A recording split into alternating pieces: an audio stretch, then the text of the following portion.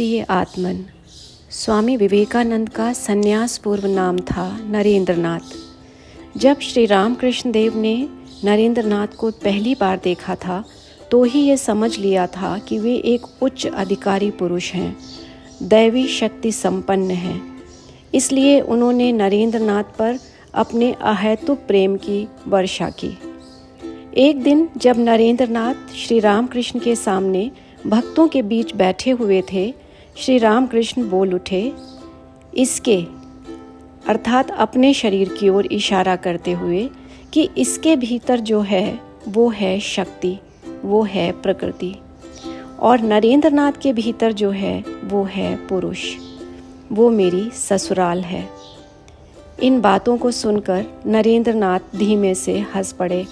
मन ही मन सोचा कि इनका पागलपन फिर से शुरू हो गया।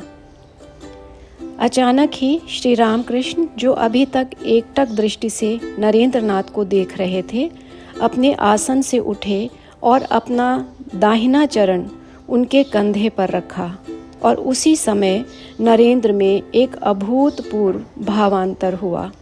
नरेंद्रनाथ ने अनुभव किया कि उनके आसपास की सभी वस्तुएं एक अनंत सत्ता में विलीन हो गईं।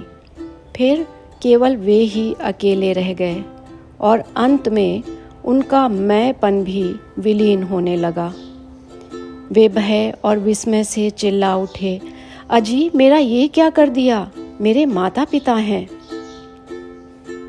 श्री रामकृष्ण उनकी बात को सुनकर उनकी छाती पर हाथ रखकर मुस्कुरा दिए। छाती पर हाथ रखते ही नरेंद्रनाथ फिर से अपनी स्वाभाविक स्थिति में आ गए और उन्होंने देखा कि ये अद्भुत देव मानव उनके सामने खड़े होकर हंस रहा है। माता पिता के मोह में नाम और रूप की सीमा को तोड़कर योगियों के उस चिदानंद सागर में उस दिन नरेंद्रनाथ न कूद पाए।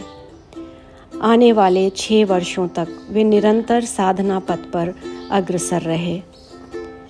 साधना करते करते नरेंद्रनाथ को अंततः ये समझ में आ गया कि निर्विकल्प समाधि की प्राप्ति के बिना उनकी हृदय की ये आध्यात्मिक प्यास शांत नहीं होने वाली, और निर्विकल्प समाधि की ये स्थिति देने की सामर्थ्य श्री रामकृष्ण की कृपा के बिना और कहीं भी नहीं है। गंभीर रात्रि थी, चारों ओर निस्तब्धता छाई हुई थी। काशीपुर के उद्यान भवन के मंजले पर कमरे में श्री रामकृष्ण देव रोगशैया पर लेटे हुए थे। नरेंद्रनाथ उनके पास ही खड़े थे। आज कमरे में और कोई नहीं था और नरेंद्रनाथ ये संकल्प करके आए थे कि चाहे जो भी हो जाए वो निर्विकल्प समाधि की स्थिति तो लेकर ही रहेंगे। लेकिन भय से, विस्मय से उनके मुख से आवाज़ ही नहीं निकली। अंतर्यामी श्री रामकृष्ण परमहंस अपने शिष्य का मनोभाव समझ गए। श्री रामकृष्ण स्नेह से नरेंद्रनाथ को देखते हुए बोले, नरेंद्र, तू क्या चाहता है? नरेंद्रनाथ ने उत्तर दिया, शुकदेव की तरह निर्विकल्प समाधि के द्वारा सदैव सच्चिदानंद सागर में ही डूबे रहना चाहता हूँ।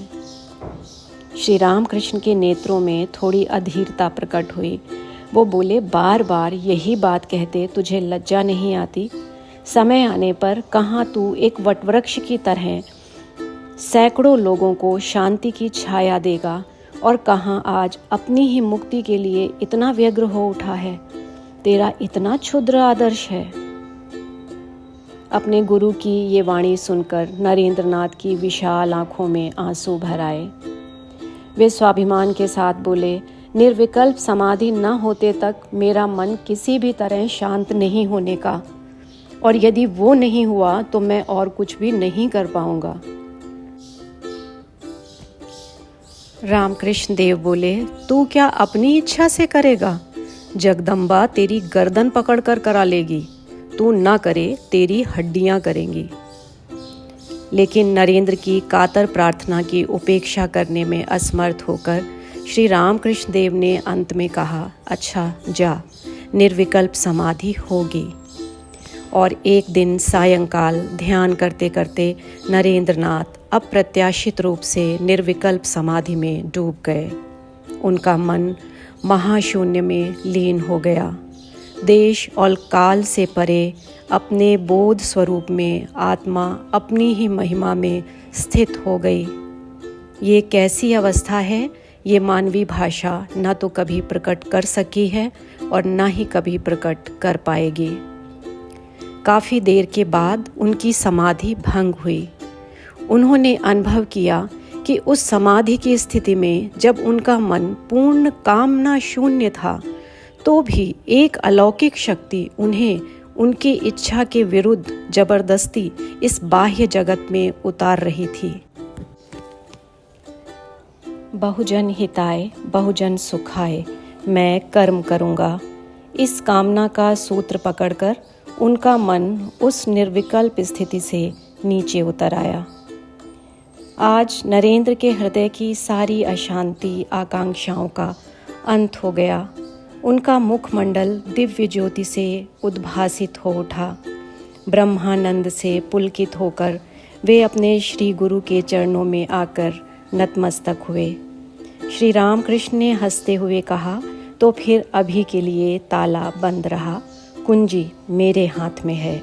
जब इस जगत में तेरा कार्य समाप्त हो जाएगा तो फिर से खोल दिया जाएगा। श्री रामकृष्ण देव जगत जननी के पास भी कातर भाव से प्रार्थना करने लगे, माँ, नरेंद्र की अद्वैत अनुभूति को तू अपनी माया शक्ति के द्वारा ढक कर रखना। माँ, मुझे अभी उससे अनेक काम कराने हैं।